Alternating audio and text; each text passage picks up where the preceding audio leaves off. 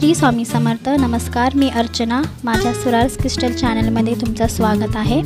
Thumbnail पाहून तुम्हाला कळलंच असणार आहे की मी आज तुम्हाला पावभाजीची रेसिपी शेअर करणार आहे आणि मी ती खूप साध्या आणि सोप्या पद्धतीने केलेली आहे. ही व्हिडिओ तुम्ही शेवटपर्यंत नक्की बघा आणि माझा व्हिडिओ कसा वाटला ते तुम्ही कमेंटमध्ये नक्की सांगा. चला तर सुरू करूया. सुरुवातीला मी वाटाणे, फ्लावर, बटाटा, ढबू मिरची आणि सगळं स्वच्छ धुवून कुकरला तुम्हाला 4 शिट्ट्या करायला लावायचं आहे.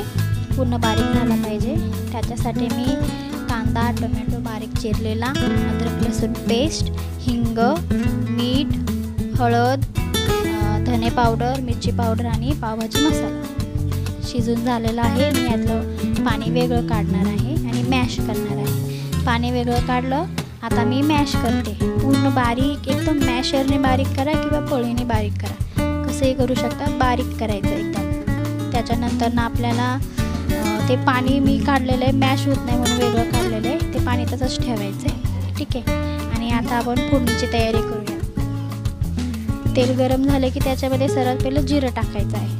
जिरं टाकल्यानंतर ना कांदा, टोमॅटो दोन्ही टाकायचं आहे आणि चांगलं परतून घ्यायचं आहे. ठीक आहे.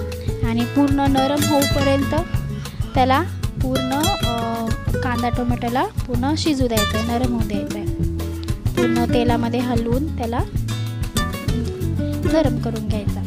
ठीक आहे. आणि त्याच्यानंतर मग हळूहळू दुसरे मसाले टाकायचे, पण अगोदर कांदा टोमॅटो पूर्ण गळू द्यायचा, त्याला पूर्ण आहे ना शिजू द्यायचा. चांगलं हलवून घ्यायचं आहे पूर्ण व्यवस्थित कढईमध्ये. आणि ते जे मी वेगळं पाणी कशासाठी काढलं होतं की मॅश आहे ना व्यवस्थित होत नाही ना, त्याच्यामुळे मी वेगळं पाणी काढलं त्याच्यातलं. आणि पूर्ण जे आतमध्ये आपण भाज्या टाकल्या होत्या, तुम्ही अजून तुमच्या आवडीनुसार भाज्या ॲड करू शकता बरं का, गाजरही पण घेऊ शकता बरं का. आणि थोडं मीठ टाकायचं. मीठ टाकलं ना की लवकर आहे ना गळतो कांदा आणि टोमॅटो. पूर्ण हलवून घ्यायचं. नंतर मग अद्रक लसूणची पेस्ट टाकायची. पूर्ण ना त्याला एकजीव करायचं. याच्यामध्ये एकजीव झाली, पूर्ण हलवून घ्यायचं आहे. ठीक आहे. त्याच्यानंतर मी त्याच्यात हिंग टाकलं आणि आपले जे मसाले आहेत ना ते पूर्ण त्याच्यामध्ये ॲड करायचे आहेत. आता बघा,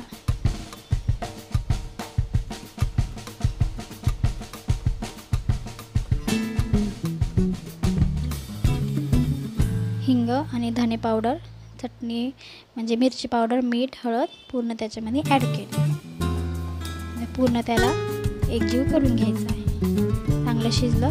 आपण जे पाणी काढलं होतं ना शिजलेल्या भाज्यांचं, ते थोडंसं एक पळी टाकायचं. खाली मसाला आणि ते कांदा टोमॅटो चिटकू नये म्हणून कढईला. पूर्ण मॅश केलेलं परत आपल्याला त्याच्यामध्ये ॲड करायचं आहे. तेल सुटलं पाहिजे बरं का. तेल सुटल्यानंतर हळूहळू एक एक एक एक त्याच्यामध्ये ॲड करायचं. हे बघा, ॲड करत आहे मी. पूर्ण मॅश केलेलं आहे. आणि तिखट वगैरे तुमच्या आवडीनुसार त्याच्यामध्ये तुम्ही घ्यायचं आहे. लाल मिरची पावडर पूर्ण ढवळून घ्यायचं, पूर्ण एकजीव करायचं त्याला. हे बघा मी कशी करत आहे. त्याच्यामध्ये आपल्याला ते पाणी जे आहे ते ॲड करायचं आणि सर्वात लास्ट त्याच्यामध्ये कोथिंबीर टाकायची. बघितलं, पूर्ण ॲड करून घेतलं. झालं आपली पावभाजी रेडी. आता प्लेटमध्ये सर्व करूया. हे बघा, प्लेटमध्ये कांदा लिंबू घ्यायचा, भाजी घ्यायची, त्याच्यामध्ये कोथिंबीर आणि पाव. मला मसाले लावलेला पाव आवडत नाही म्हणून मी बटर लावलेला पाव घेतला. माझा व्हिडिओ तुम्हाला कसा वाटला आणि पावभाजी रेसिपी कशी वाटली नक्की मला कमेंटमध्ये सांगा. सबस्क्राईब करा, शेअर करा. श्री स्वामी समर्थ.